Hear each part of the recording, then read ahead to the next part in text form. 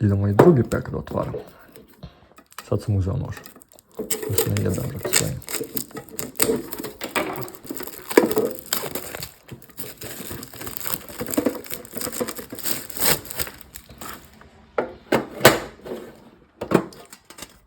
Nešto i dalje postoji nalaza. Da ćemo dobiti bar nešto što želim.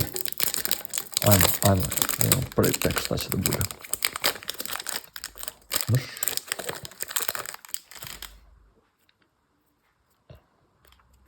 Volim kad ih okrenem na opačke.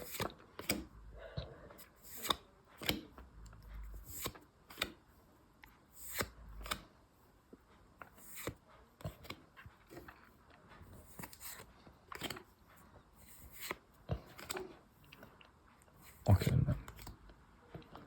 Speed Droid Terror. Ovo izgleda, bret, kao Beyblade-ovi, bret. Ovo smo već vidjeli. Ok. Drugi pek.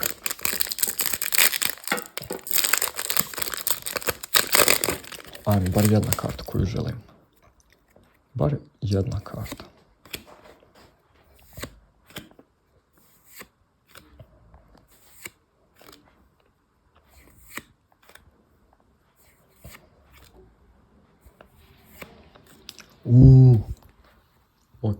Ok, nije nešto što sam htio, ali Shining Neos.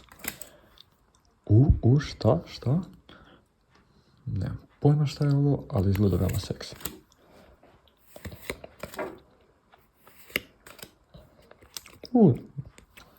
Ovo, brate, podsjeća na onog od Rex Raptora kartu.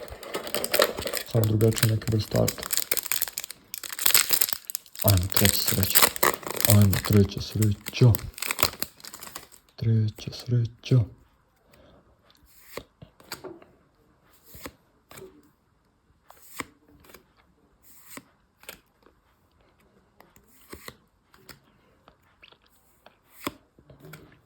Ok. Pih. Yellow gadget. Ok, nije loš, izvuk sam 2 gadgeta. Tako da ono. Ništa ono što sam htio, ali...